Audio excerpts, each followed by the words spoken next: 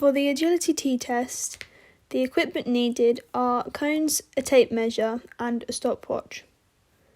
This test tests for agility and can be used to differentiate high-level athletes from low-level. Agility T-tests will mostly be used on athletes in agility-type sports such as football, rugby, and basketball. The cones are placed 5 metres apart from each other in a T shape. To complete the test, you must run forwards to the middle cone, then sideways to touch, then all the way over to the cone on the opposite side and touch it, and then sideways back to the middle to finally run backwards to the start line to finish. The advantages of this test is that it's simple to set up, doesn't require much equipment, and is a very quick test to carry out.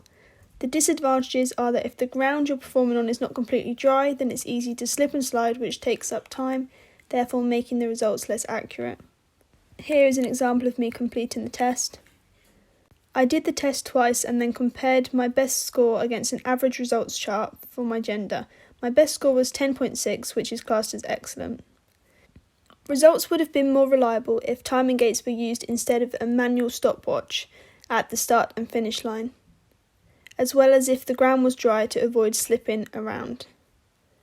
Another test you could use to test agility is the Agility 505 test. Ways to improve agility if the result is low can include improving balance and leg strength for the individual and completing different drills in training, practicing the change in direction. According to an article by Powell called Reliability and Validity of the T-test as a measure of agility, leg power and leg speed in college-aged men and women, it stated that the T-test is to be highly reliable and can also allow us to test for leg power and speed as well as agility. The equipment needed for the vertical jump test is a piece of chalk and a measuring tape, as well as a wall to jump against. This test tests for leg power and would be a good test to use to examine leg power in athletes in sports such as basketball, volleyball, or long jumpers. The participant is to stand with flat feet next to the wall with their arm above their head, palm against the wall. A line of chalk is drawn above the participant's fingertips, and then the participant then jumps as high as possible, making a line with the chalk to where they reach. A measuring tape is then required to measure the distance between the two lines to get the jump height result.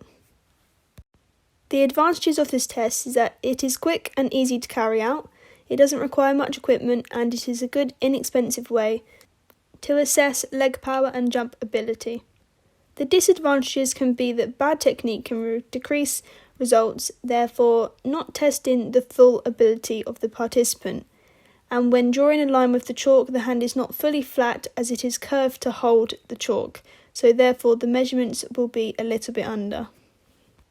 I completed the test twice and compared my best score to the average results chart online. My best jump was 41 centimetres, so came under above average.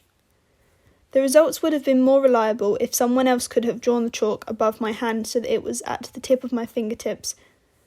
Another test that can test explosive leg power is the standing long jump test.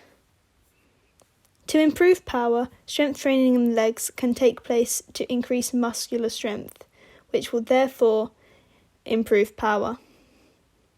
An article on the website Sports Coach by Brian Mack stated that the reliability of the test depends on how strict the test is being carried out and if it has been consistently carried out correctly. The athlete's emotional state and motivation levels can also have a big impact on the reliability of the test. The 1-minute sit-up test requires only a stopwatch, a mat, and a volunteer to hold the participant's feet. The test is to see how many sit-ups the participant can do in 1 minute to test for muscular endurance of the abdominals. During the test, the bottom of the feet must be on the floor at all times. Knees bent, arms crossed at the chest, and must go all the way back down to the floor and all the way back up. Advantages of the test is that it's simple to perform, requires minimal amount of equipment, and very quick to complete. The disadvantages of the test are that with the feet up, it increases the use of the hip flexor muscles, making the test less valid to measure abdominal strength. My score was 53, which for my age and gender is classed as excellent compared to the average score chart online for this test. Results would have been more reliable if I used a mat that was more stuck to the floor as the one I used kept moving, making it more difficult to complete the test. Another test that could be used to assess muscular endurance is the 1-minute press-up test. Ways to improve abdominal muscular endurance is to improve abdominal muscular strength by training the muscles to get stronger. In the article, validity and reliability of a 1-minute half sit-up test of abdominal strength and endurance, that the 1-minute sit-up test is highly reliable for testing muscular endurance of the abdominals.